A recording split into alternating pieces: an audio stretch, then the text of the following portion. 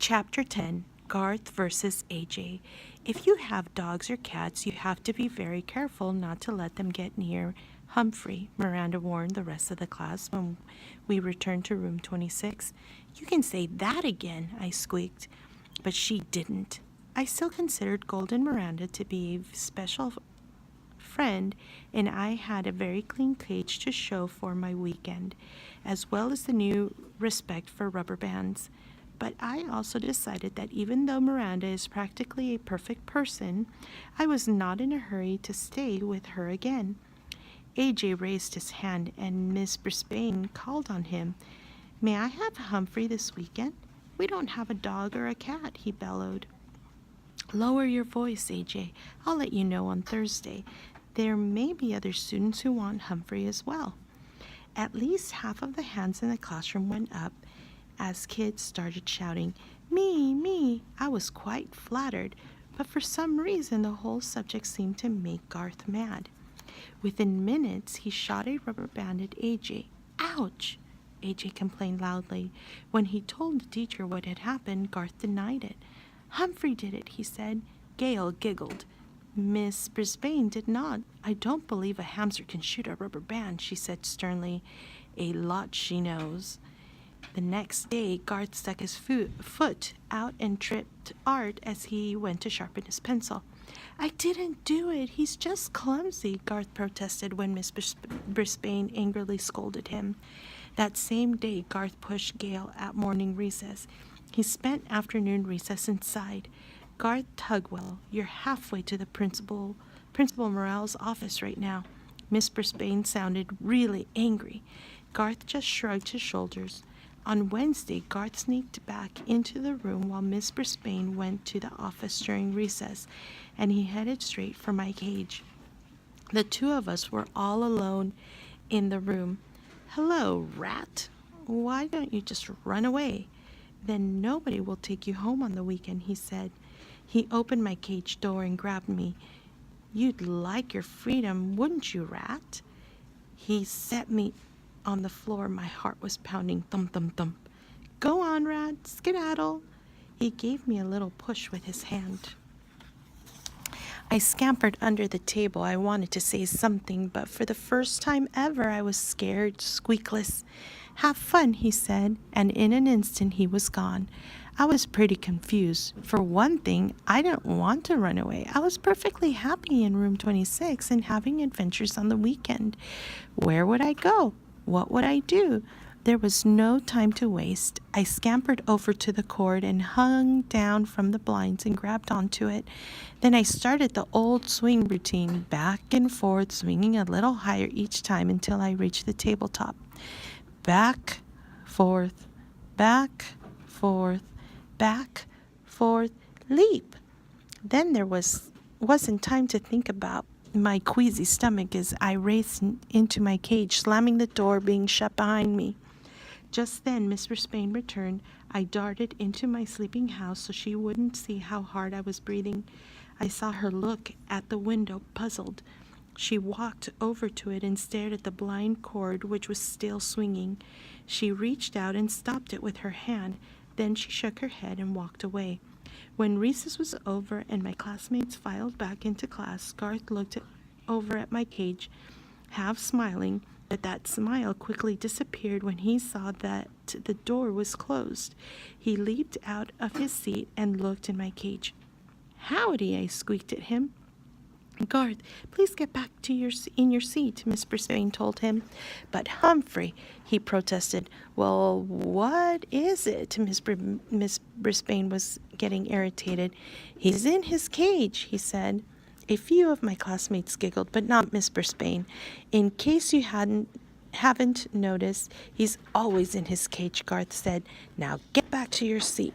Garth did what she said, but for the rest of the day, I noticed him staring over at me. On Thursday, Miss Brisbane announced that I would be spending the weekend at AJ's house. Yes, she shouted, AJ delighted at the news.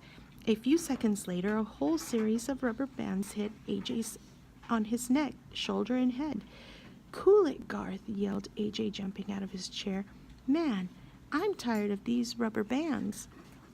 Garth acted innocent. I don't know where they came from. They could have come from anywhere. Garth did it, Heidi said. I saw him. Miss Brisbane didn't remind Heidi to raise her hand, but she did tell Garth to stay in during recess. Not fair, Garth muttered under his breath.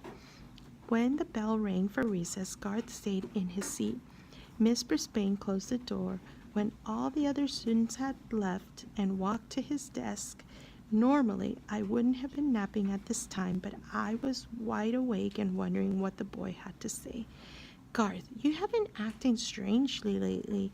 You never got into trouble all until 2 weeks ago. Now, you're shooting rubber bands at people and disturbing the entire class. Can you tell me why? Garth slowly shook his head no. Your grades are slipping too. Has something changed in your life? Garth slowly shook his head. How about at home? Is anything wrong? Garth didn't shake his head. He didn't move a muscle. Should I talk to your parents about your behavior, Garth?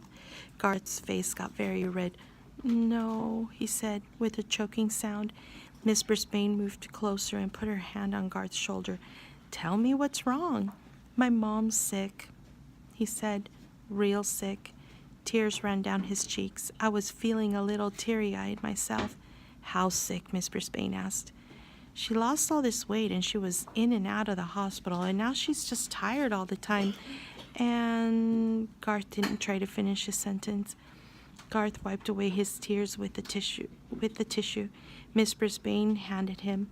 That's why I can't take Humphrey home. My dad says we can't let anything bother Mom. Well, my little brother bothers her, but we let him in the house. Miss Brisbane smiled slightly. Humphrey is a big responsibility, Garth. That's why I don't take him home. My husband's been sick too. Did you know that? Garth shook his head no. So I know what it's like. Listen, I'll make a few calls tonight. Maybe we can find a way for you to spend some time with Humphrey, she said. But he hates me, I squeaked. I'd like to, said Garth. Huh? I was confused. But you have to promise me that you won't disrupt the class anymore, Miss Brisbane told him. Is that a deal? Garth nodded. Deal. As you know, I'm very good at coming up with plans to solve human problems. Very good. But try as I might, I couldn't imagine Miss Brisbane planned to get Garth to spend the time with me. Could be. I was still trying to figure it out when Aldo arrived that night. Humphrey, my man, he yelled when he opened the door. I almost fell off my wheel. You are the most handsome, intelligent hamster in the world, and I am the luckiest man in the world because I am dating the most beautiful woman in the world. Aldo swept his way towards my cage, then lowered his voice, but don't tell anybody I said so. Not yet. After all, Maria and I have been out 3 times, but oh, what times we've had. He pulled up a chair and sat very close to me. And it's all thanks to the Moonlighters Club and that clipping over there. He pointed towards the spot where the overhead projector had once stood. And you, I know you had something to do with it. I just can't figure out what. Anyway, don't tell anybody, but someday I'm going to marry Maria. And when I do, I want you to be the best man, or the best hamster, I guess. I really mean it. If you were a guy, I'd buy you a burger. He reached in his pocket and pulled out a little piece of foil. Instead, you got this. He unwrapped a piece of carrot and put it in my cage. Thank you, Aldo, I squeaked. I wish you lots of happiness. I knew you'd be happy for me, Humphrey. Aldo smiled and then jumped up. Woo! I've got some energy. I can clean this room in half the time. I could climb a mountain, not even get tired. I could conquer the world. He leaned forward and grinned through his glorious mustache. Ain't love grand? If you say so, I replied. I'd never seen anyone so happy before. The only thing that would make me happy would be if Miss Mac came back.